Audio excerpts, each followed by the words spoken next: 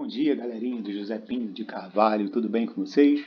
Aqui é o Cristiano, professor de Geografia, para mais uma aula de Geografia dessa semana. Na semana passada, nós começamos o tema Industrialização e Urbanização Brasileira e hoje a gente vai abordar esse assunto com o livro de vocês, lá na página 94, capítulo 8, Industrialização e Urbanização Brasileira. A primeira coisa que eu quero chamar a atenção de vocês é para esse mapinha aí, ó, da página 94, que apresenta aí Brasil, expansão do café e ferrovias entre os anos de 1850 e 1900. Ou seja, nesse período de 50 anos, essa mancha marrom que a gente acompanha aí no mapa quer demarcar a área de expansão da produção de café aqui na região sudeste. Essa expansão da produção de café e a expansão das ferrovias foram fundamentais para o desenvolvimento industrial da região sudeste e, consequentemente, do nosso país. Por quê? Porque uma parte dessa infraestrutura, ou seja, essas ferrovias que foram construídas para escoar a produção do café até aqui o Porto de Santos, em São Vicente, São Paulo, depois foi utilizada pelas indústrias para escoarem a sua produção. Por isso que nós dizemos que o café exerceu um papel fundamental no processo de desenvolvimento industrial do país, pois os lucros que os produtores de café obtiveram, enquanto o café era um produto valorizado, foram investidos depois na industrialização brasileira. Na página 95, eu quero que vocês gravem, principalmente aí, se puderem, marquem até com lápis no livro de vocês, as principais características da industrialização brasileira. Estão aí, ó, industrialização tardia, ou seja, ela só aconteceu 200 anos depois do período industrial, também chamado de Revolução Industrial na Inglaterra, no século XVIII. A segunda característica é a substituição de importações, ou seja, produtos que antes eram importados, ou seja, trazidos de outros países para o nosso país, passou a ser fabricados aqui no Brasil. Isso é substituir, você para de importar e passa a fabricar dentro do seu próprio país. E a terceira característica que é a dependência de capital e de tecnologia estrangeiros. Principalmente no início, como nós não tínhamos indústrias, dependíamos de que empresas de fora do Brasil e também empresas que tivessem condições de trazer dinheiro de fora do Brasil para cá, para investir e começar o nosso processo de industrialização. Então, marquem bem essas três características da industrialização brasileira. Prosseguindo aí na matéria nas páginas 96 e 97, primeiro, a gente vai fazer a leitura desse mapinha aí de concentração e desconcentração industrial. O que a gente percebe olhando para esse mapa aí? Ó? Brasil, estabelecimentos industriais em 2015. A gente consegue observar de forma bem clara aonde se concentra a maior parte das indústrias no Brasil. Aonde se concentra? Aqui no estado de São Paulo. São Paulo fica em qual região do Brasil? Na região sudeste. A gente também consegue identificar bem rapidamente em quais regiões do Brasil que se concentram a maior parte das indústrias, ou seja, na região sul, Rio Grande do Sul, Santa Catarina e Paraná, e na região sudeste, São Paulo, Minas Gerais, Rio de Janeiro e Espírito Santo. Depois a gente também encontra algumas indústrias no centro-oeste, ali em Goiás, também na Bahia, e nos estados de Pernambuco e Ceará. Boa parte das indústrias brasileiras, portanto, se concentram nesses estados e regiões. Porém, nas últimas décadas, sobretudo nos últimos 20 anos, vem acontecendo um processo de desconcentração das indústrias. O que isso quer dizer? Né?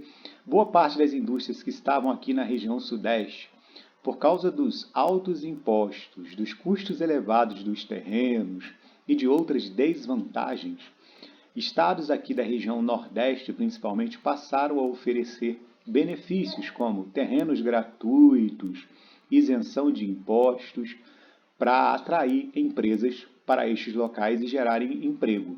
Então, houve um movimento de saída de empresas da região sudeste em direção ao nordeste, e isso nós damos o nome de desconcentração industrial.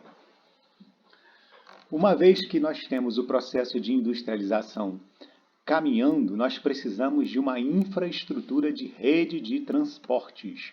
Transporte e comunicação, está lá na página 97 do livro. A gente vê aí no mapinha do Brasil os principais tipos de transporte que nós temos em nosso país, e esse mapinha é de 2014. A gente percebe que o meio de transporte mais utilizado no Brasil são as estradas, né? Porque a gente vê bastante linhas em vermelhas, como essa aqui, linhas pontilhadas, linhas com pontinhos menores, para todo lado. Isso significa que nós temos aí, em praticamente toda a região sul, sudeste e nordeste, muitas rodovias que é por onde circulam principalmente as nossas mercadorias, né? Além das rodovias, nós temos ainda, nas linhas em azuis, onde correm os rios, as nossas hidrovias, com portos e aeroportos próximos principalmente ao litoral. E por último, ainda temos aí nas linhas pontilhadas, tracejadas, as ferrovias, que são os nossos trens, que também fazem esse papel, exercem esse papel de transportar mercadoria. Seguindo para as páginas 98 e 99, temos as redes de comunicação. Vamos mais uma vez observar o mapa para compreender melhor, né? Brasil, rede de internet. A gente percebe que quanto mais escuro for a cor que representa aqui no mapa, maior é a quantidade de domicílios com acesso à internet. Novamente a gente vê a maior concentração de domicílios com acesso à internet nas regiões sul, sudeste e centro-oeste do Brasil, e também lá nos estados do Amazonas e do Amapá.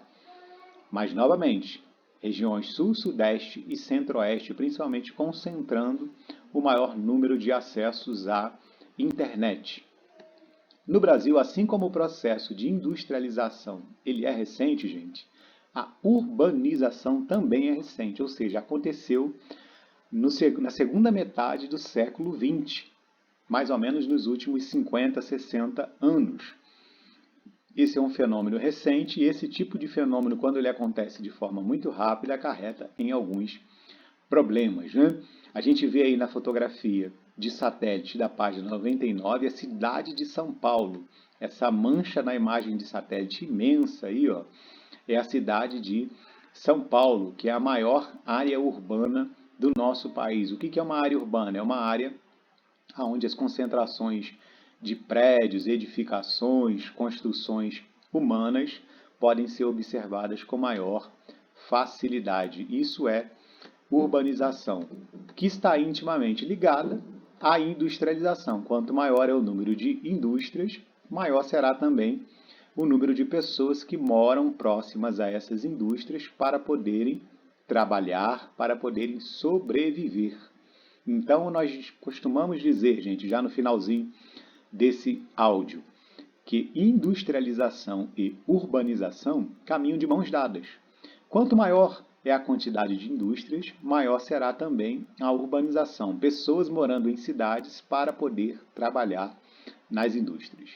Por último, nós temos aí dois conceitos de rede urbana e de regiões metropolitanas. Nós moramos no interior, não temos tanto proximidade com essas ideias, né? Mas uma rede urbana significa que quanto maior está escrito no texto forem as cidades, maiores serão as concentrações das atividades industriais e ou comerciais. Então, nós temos municípios e regiões em volta desse município que acabam se comunicando o tempo todo, quer seja uma comunicação via internet, via comunicação telefônica, quer seja também para que as pessoas se desloquem do espaço para poder trabalhar, para poderem estudar e, enfim, sobreviver, né? Vamos dar um exemplo no Rio de Janeiro, né? Existe a cidade do Rio de Janeiro e existe a região metropolitana, com vários municípios ao entorno, mas todos muito conectados à cidade do Rio de Janeiro, que é uma metrópole.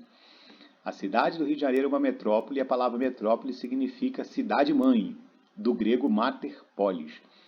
Esta cidade é aquela que concentra a maior quantidade de serviços, universidades e outros mais benefícios que a população precisa ir em busca.